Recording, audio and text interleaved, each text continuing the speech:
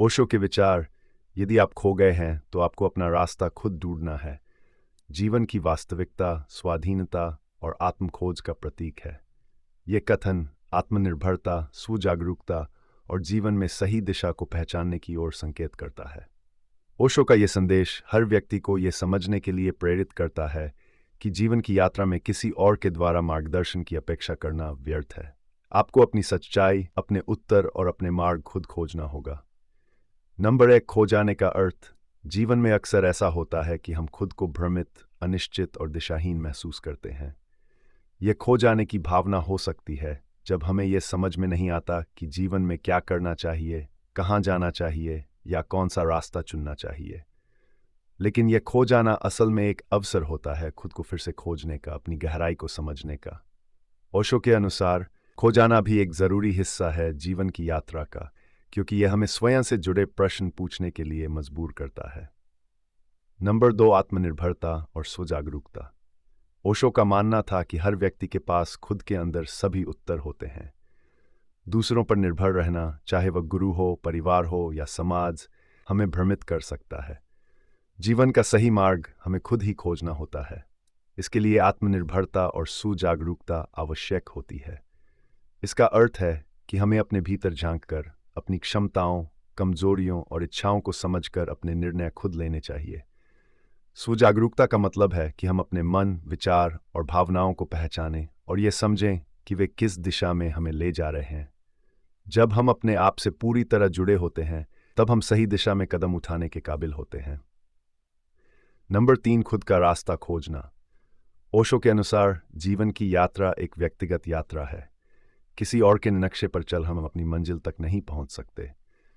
हर व्यक्ति का जीवन अनोखा होता है, उसकी परिस्थितियां, चुनौतियां और अनुभव अलग होते हैं।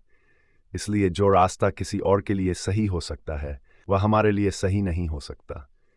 हमें अपने अनुभवों के आधार पर अपने लिए रास्ता खुद बनाना होता है। ये खोज केवल बाहरी रास्ते तक सीमित नहीं होती, बल्कि ये आंतरिक यात्रा भी है। हमें अपनी आत्मा की खोज करनी होती है, अपने भीतर के सवालों के जवाब खोजने होते हैं। ये यात्रा ध्यान, स्वावलोकन और आत्मसमर्पण से जुड़ी होती है। नंबर 4, दूसरों पर निर्भरता छोड़ें। ओशो के इस विचार का एक अन्य महत्वपूर्ण पहलू यह है कि दूसरों पर निर्भर रहना आपको अपने असली रास्ते से भटका सकता है। जीवन में कई बार हम दूसरों की सलाह, सुझाव या अपेक्षाओं के आधार पर निर्णय लेते हैं, लेकिन ये बाहरी मार्गदर्शन हमें अपनी सच्ची दिशा से दूर कर सकता है।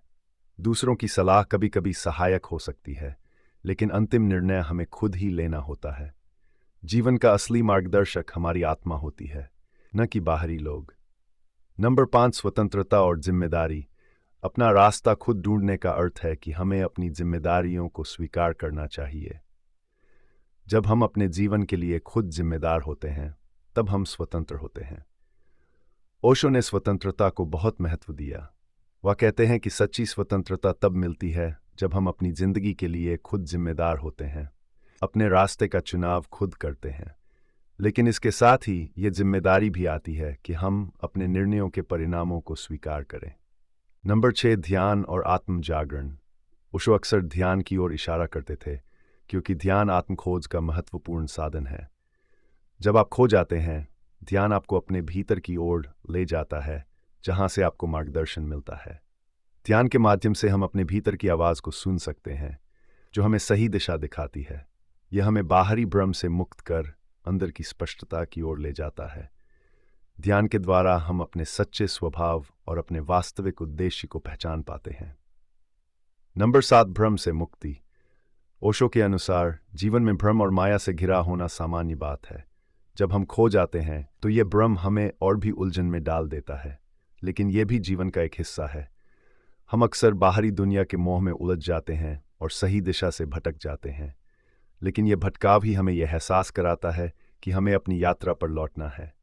जब आप खो जाते हैं तो यह आंतरिक संकेत होता है कि अब समय है आत्मचिंतन का, आत्ममूल्यांकन का और आत्म साक्षात्कार का।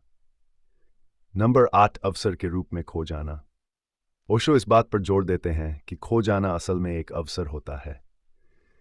यह अवसर होता है नए रास्तों की खोज करने का, नए अनुभवों से सीखने का। जीवन में जब भी हम खो जाते हैं, तब हमें यह अवसर मिलता है कि हम अपनी पुरानी धारणाओं, आदतों और मान्यताओं को छोड़कर कुछ नया खोजें। यह हमें अपने भीतर की अनदेखी क्षमताओं को पहचानने का भी अवसर प्रदान करता है।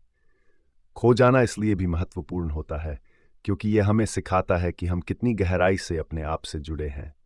यह हमें हमारी कमजोरियों और ताकतों को जानने का अवसर देता है, और सबसे महत्वपूर्ण, यह हमें यह सिखाता है कि सच्चा मार्गदर्शक केवल हमारे भीतर है। नंबर 9, आखिर में सही मार्ग मिलना। जब हम खो जाने के बाद अपने भीतर की ओर ध्यान केंद्रित करते हैं, तब हम सही मार्ग पर लौट आते हैं। ओशो के अनुसार जीवन का सही मार्ग हमेशा हमारे भीतर ही होता है, लेकिन हम उसे बाहरी दुनिया में खोजने की कोशिश करते हैं।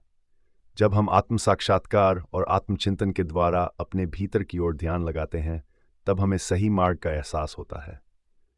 ओशो के इस विचार का सार यह है कि जीवन में खो जाना भी एक आवश्यक अनुभव है, जो हमें आत्म खोज की ओर ले जाता है। यह खो जाना हमें सिखाता है कि हमें अपनी यात्रा में दूसरों पर निर्भर नहीं रहना चाहिए, बल्कि अपने उत्तर और अपना मार्ग खुद ही खोजना चाहिए। यह हमें आत्मनिर्भरता, स्वतंत्रता और आत्म जागरूकता की ओर प्रेरित करता है।